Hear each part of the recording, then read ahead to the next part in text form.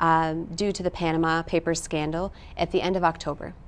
And blueberry soup. In fact, their prime minister had to step down. That's correct. Okay. So blueberry soup has played a role in the constitutional reform coming back to the table in the society.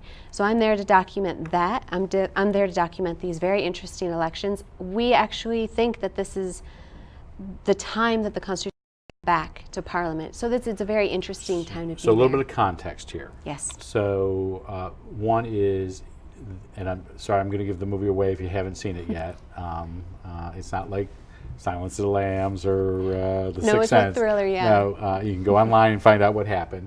The Constitution, so in essence, after the 2008 financial collapse, the public rose up. And you have in your film, you have the demonstrations, though you said it in an earlier class today, that for them a very active, violent protest was with pots and pans compared to what we're seeing in Charlotte and other places in the country right now. They've had a private group, private citizens did a new constitution, presented it to the Parliament, which ended up rejecting it. Am I correct? Kind of worse in a way. It got to the Parliament after a national referendum. The national referendum proved that the public wanted it. So they passed it. Two-thirds, Okay, yes. they passed it. And then it got to Parliament, and it's just been stuck there. So it hasn't even gotten the validation So it of hasn't being gotten a voted vote. on. Okay. But in one way, that's perfect because a new Parliament's coming in, and this new Parliament has a chance of really supporting this citizen-written Constitution. And if that's the case, they'll vote on it coming up in 2017, and this will officially become the new Icelandic Constitution. And so to put things further in context, the reason why I liked having you come back on here, because next year, next November, voters across New York State will be able to vote, as they are able to do every 20 years, as to whether or not they will want a constitutional convention. There are some obvious flaws, and we will be doing several shows. In fact, we're going to have people both pro and con in the next couple of months on the show after we get done with forms. But what occurred in Reykjavik in Iceland, country of about 300,000? That's right. Roughly. How big is their parliament? Their parliament, I think, is 110. Okay. So about half the size of when you take both houses of the New York State Assembly and Senate, about half the size. So one of the reasons I have you is to talk about that process. But you are going back on Blueberry Soup. You did a lot of campus tours with it where you talked about, how many campuses did you go through? I know it was 50 when you were last on. Yeah. Probably at this point, I think we've gone to 90. Okay. And then also universities in Australia and China and New Zealand have been using the film without me, and I'll come on Skype. So those 90 are 90 that I was present for. Okay. And it's been fascinating because we'll have these discussions with students all over the place and asking, how do you re-understand your role as a citizen with this example from Iceland? So I think it gives people kind of a home in democracy. So I should say that on Monday, the 3rd, here at the Irene Bisgrove Theater, you're going to show the film at 7 p.m. That's right. Is that free to the public? That's free. And then there will be a discussion afterwards. Yes. So if people want to chime in. And when you did it 2 years ago at APT, I want to say the discussion was longer than the film. Yeah. By the time we got done, a couple of us went together, and it was just great. But we encourage people to come to see the film. You did not go to, so everyone asks you the same question. Okay, you grew up in Mexico, New York, which is not known for its warmth and sun. So why go to a place that is normally thought of as dark and cold? Well, the name Iceland is a bit deceptive. It's actually not so bad. We have it much worse in central New York as far as cold and snow. So it's kind of a cheap way of me saying that it's much worse there. Okay. I get the pity that way. Okay. But it's not hard to be there. They do have darkness come in in the winter where there's only like 4 or 5 hours of light, and that can be a little bit difficult to navigate. But then you have the summer, which is almost 24 hours of light. Yeah, but you're always going in the fall. Yeah, so somehow I always end up in the wrong time. Yeah. So the original idea was not to do a documentary, though, on parliamentary issues or constitution. That's right. I never wanted to make films that were political. That's not really where my interest was. I wanted to go to Iceland to make a film about how the creative class, the artists, were responding to the economic collapse. And when I got there, I found out, unfortunately, that artists are the last people to suffer in an economic collapse because They didn't have any money to begin with. Yeah, so they're broke to start with. They're broke to start with, so they kind of skim by that time. Worrying about a pension system is not their, That's right. their issue. Okay. But what happened is that it got me to be in Iceland during a time when the media wasn't reporting on a grassroots movement by the citizens to reimagine their political sphere. So this led us down the path of the Constitution. And oddly enough, in Iceland, it wasn't being reported on all the way through. So Blueberry Soup, in a weird way, ended up being one of the only documents of this historic moment. So when you say crowdsource, what you're talking about is not crowdsource funding, where That's people right. are paying, because that's how we normally hear it in the United States, where somebody basically is, you got a great idea, we'll send you money, you got in a car accident, we'll send you money, something like that. In this particular case, and you showed in the video, people through the internet, through online comments, helped shape the discussion. How large was the group that wrote the Constitution? It was 25 individuals, and the reason that this group was quite interesting is because they decided we're not going to elect bankers or politicians. Instead, we're going to elect farmers and teachers and pastors and radio hosts and teachers and lawyers. And so you had this really interesting array of the society all together to rewrite the foundation of the country. And while they were writing that, they had an online pad, so in real time you could comment on the issues that the council was addressing that day. And you focus on about 4 or 5 of those delegates, am I correct on that? Yes, that's right. Okay, and so you said this afternoon, you talked about, you had a packed lecture hall here at the college. You had about 60, 70, if I was counting, and I know some were coming out as some were coming in because of the classroom schedule. What you talked to them, one of the first questions you had is, why didn't you interview any politicians? You didn't in Blueberry Soup, but you are in, do you have a new name, by the way, for the next film? That's a great question. Just Project No, X? if anybody has an idea for a new title, I'd love to hear it. I've got to workshop a couple ideas. It won't be Blueberry Soup 2. Okay. But part of the reason I'm there now is to make a new film about what's happening at this point in the constitutional process. And yeah, I'm not really... So the politicians, you didn't... The politicians we didn't interview then, but we will be interviewing now. Okay. The reason that I didn't interview any politicians in Blueberry Soup was because, one, they don't involve them in the Constitutional Council, so I wanted to honor their process by not having them in the film. And also I think that a lot of films deflect to figureheads like politicians to be the authoritative figures in their films. And no offense at all to politicians. I have a lot of dear politicians in my life. So this one we're going to give your it. dad? My dad, personally, yes. Okay. So Who was? he was the county legislator, and he was also the chairman of the legislature in Oswego County. Okay. Yeah.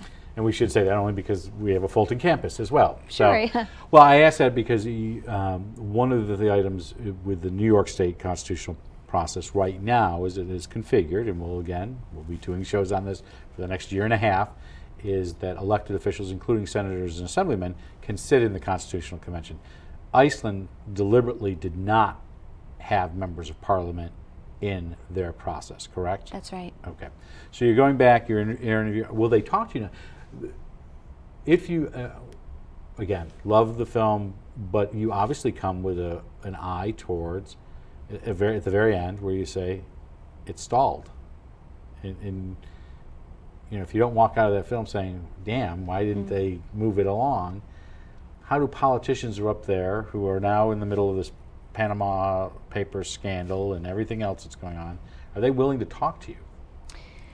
They are willing to talk because I think, in general, most people are quite good-natured and they believe in why they're there. This corruption is a lot of times just people feeling that they're doing what's right.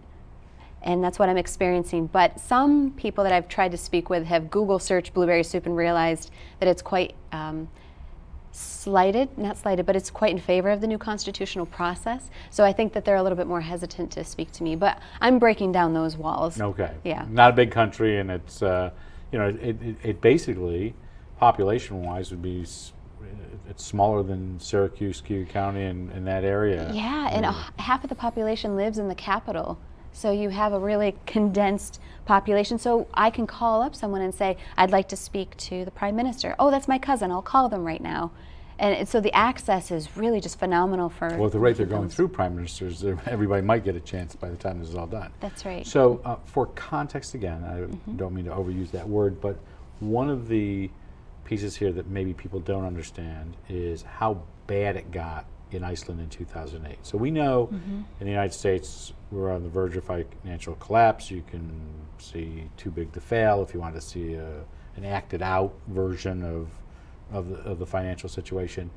But Michael Lewis, the guy who'd done The Blind Side and told a lot of other movies, did a book on essays of just those countries like Greece, like Iceland, that all got in trouble. In Iceland, though, it got really bad, but bad enough that in that particular case, they jailed some people. Yes. Where we did not, for the most part. And I don't think a lot of people know that in 2008, that was the worst financial collapse by scale that any nation has experienced in global history. And 2 of their 3 major banks went belly up. And so there was a lot of question of what do we do now? And Iceland went a different path. There are still a lot of people that were in power, that are still in power, that were involved in this. So I don't want to paint Iceland as this glorified rainbow of doing things differently, but they did do some things differently, and we're seeing the benefits of that. There are currently some of the bankers involved in jail, and they're furthering that case so that they can find out who else was involved and trying to stop this from happening again. So the Panama Papers, for those who may remember, because we go through 24-hour news cycles, Sure. they almost seem to be their 6-hour news cycles. There was a horrible accident in New Jersey today, but will we remember it tomorrow? So Panama Papers like this. The Prime Minister had to resign. I think there was a question about his financial interests or where he was banking in Panama. Have other people been brought down by this, or are there questions about others in Iceland about this? Oh, there's been many people named already in the Panama Papers, specifically in Iceland, which is interesting because it's so small to have so many of the people already that have been brought to surface in the corruption be from Iceland. It's just breaking apart the citizen trust in the government more and more, which makes this election extra interesting. So is it all parliaments up? What's that? All parliamentary seats are up? Yeah, that's So right. they So it's a wash over the seats. And so you have a lot of parties. We're not used to this in the States, but they have multiple parties. So you have these young parties with really unique new ideas coming to the forefront of the public attention and actually standing a really good chance of getting a majority of seats. So I was going to ask that because so let's pick on New York State because it's a perfect example of bad. In New York, because there are no term limits, because there's mainly there are two parties, with rare exception, the majority of both of those houses of legislature are safe seats. They're gerrymandered so they have maps where the same party and the same nominee is going to be elected over and over again.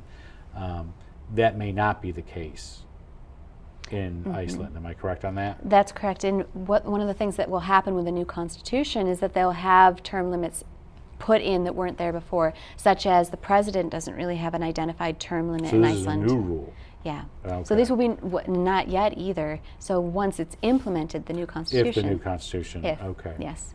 The people, again, I said there were 5 or 6. There's always there's the musician who I like. There's the lawyer. Characters in the film. Do you still stay in touch with those people? Yes. And are they part of the? Will they be part of the next documentary?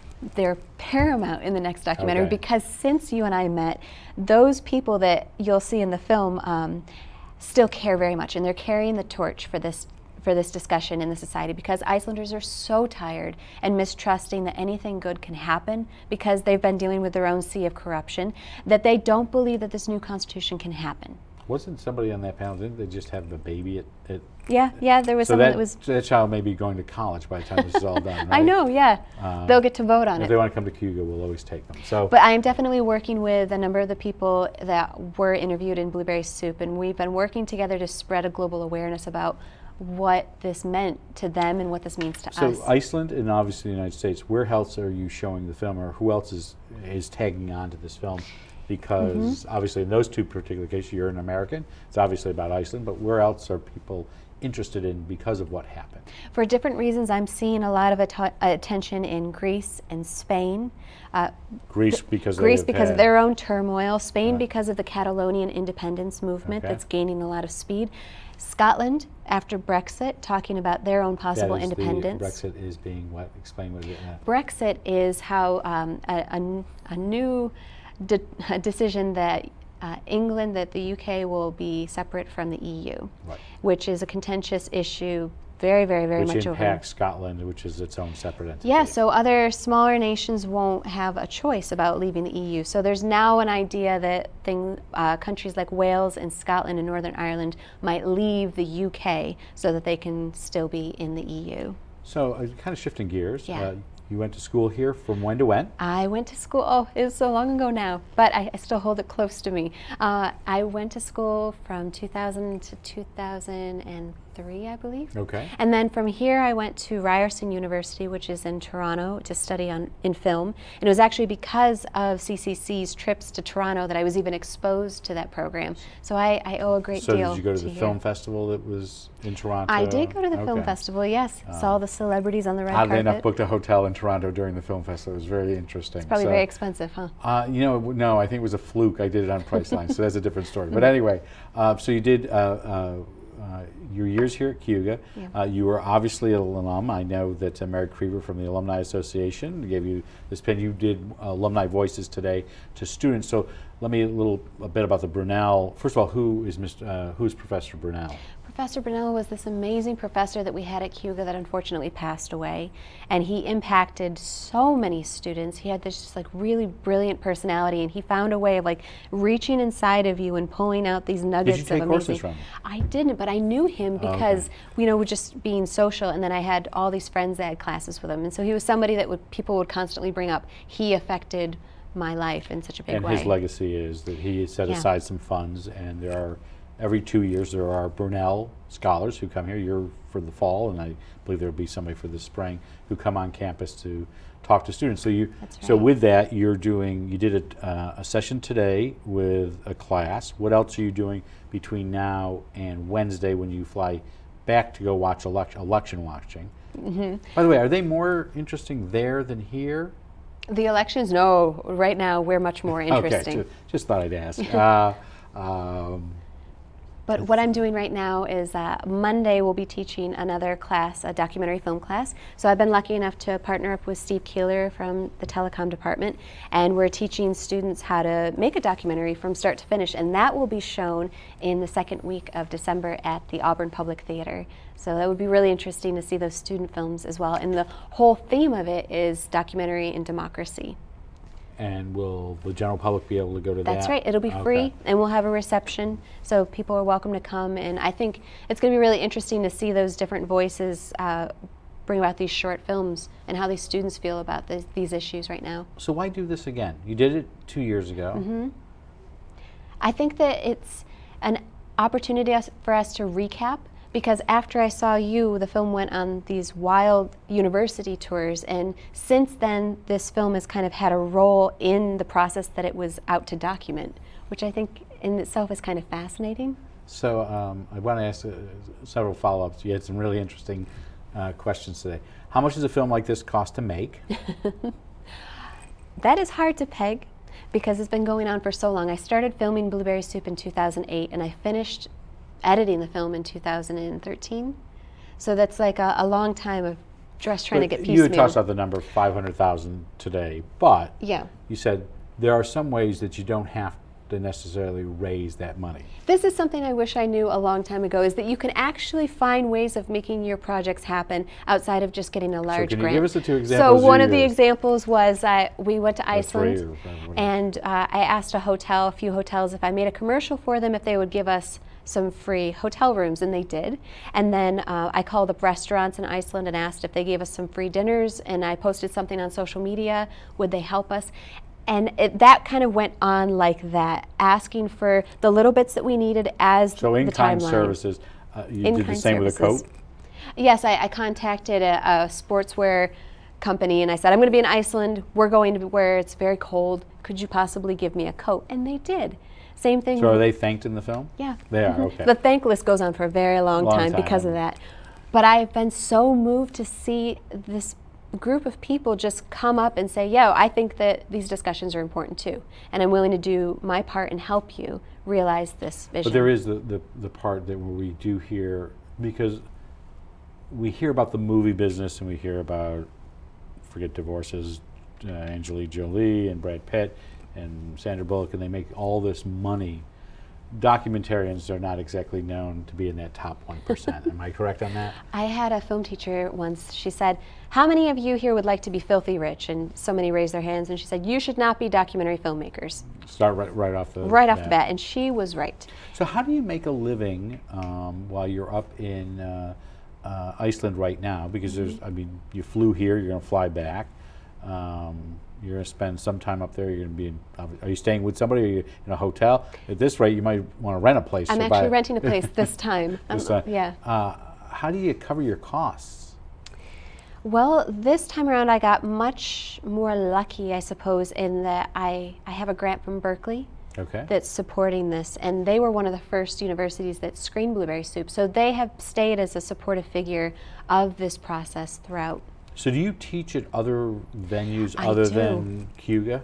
I do. What I'll do is when we go to screen the film at a university, I'll often teach a seminar earlier in the day or maybe the next day. So they may give you a stipend for that as well? Yeah, and I also have the film online, and that generates a bit of revenue. And I think did I do it through Netflix? Is that what how did I? Not through Netflix, probably through Vimeo. Vimeo, okay. I know I looked at it, I watched, afterwards I ended up watching it somewhere else, and I can't remember what the online service was. The opportunities for independent filmmakers now to find alternative ways of surviving is just amazing. You know, the equipment's cheaper, it's better quality, it's smaller, and then our ways for distribution don't have to just be this one film festival television route. So when you talk about doing a documentary, when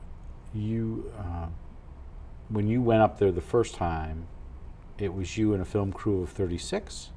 The first time I went there, it was myself and a cinematographer and a producer. And that was it. So it was your camera, you, and what did you say earlier today, your Mary Poppins purse? Yes, I had a very large purse. I call it my Mary Poppins purse, and I would shove my camera in there, and that was our equipment.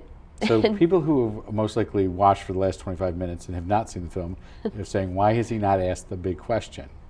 What is blueberry soup? Blueberry soup is an Icelandic comfort food. And the reason that I chose that was because at the time I was watching Netflix titles trying to figure out what would sum up the feeling of this film, because it's a very emotion-based film. And it was like the doom and gloom of economic collapse and the world is melting, get ready for it, and just things that made you feel really dire about life.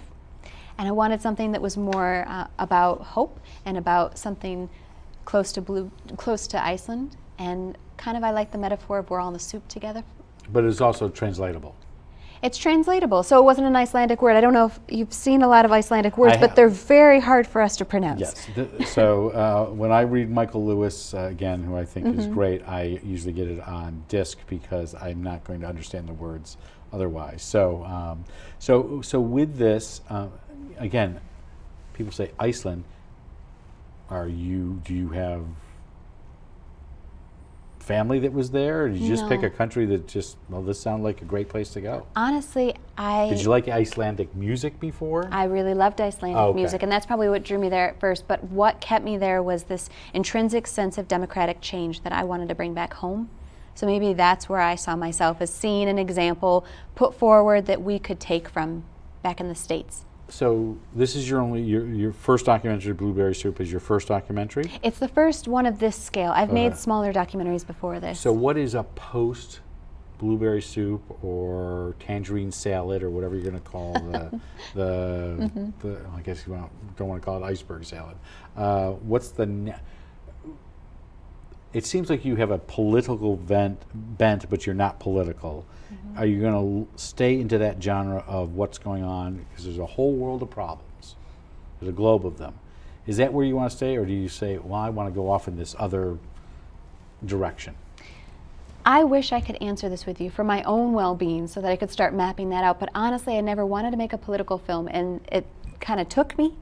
And so I don't know what the answer is. It could be that I'll go back into more light films after this, but probably not. I've seen so many cool things on these tours and all these amazing countries doing things differently in their own political sphere that I'll probably stay with this. And part 2, when do you think it would be completed? Oh, part 2, we've just started production. So, I mean, I want to give myself a leeway of maybe another 2 years. And will you bring it back to Central New York to premiere? Absolutely will, yeah. Well, we'd love to have you here to do that. I did want to ask, if people watch the film, they're going to see something on the very end, Wilma's Wish Productions. Yes. So Wilma is my grandma, and on her 80th birthday, she made a speech, which was very rare for my grandma to do something so in public like that. And she said, "I just wish for all of you the same kind of luck and love and joy that I've had in my life." And I thought that might be a good mission statement to go forward with my work. That's great. Yeah. Well, again, thank you for being here, Thank because you for I having wanted me. to put it in the context of what's going on in New York State a little bit. People can, again, come to the Eileen Bisgrove Theater, which is the theater in the front of the Auburn campus.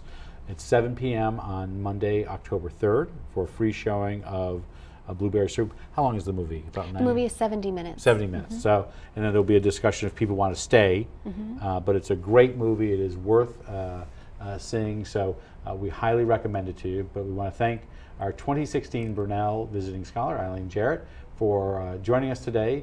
And again, want to remind you to come to the college.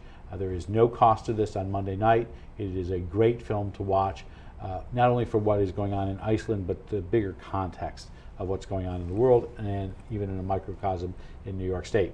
In a moment, we'll return with a second Beyond the Front Page with Cleo Parker Robinson of the Cleo Parker Robinson Dance Ensemble that is performing again in the Eileen Bisgrove Theater. It's going to be very busy over there for the next couple of days at the college at 7 p.m. tomorrow, Friday, September 30th, sponsored by the college's Student Activities Board.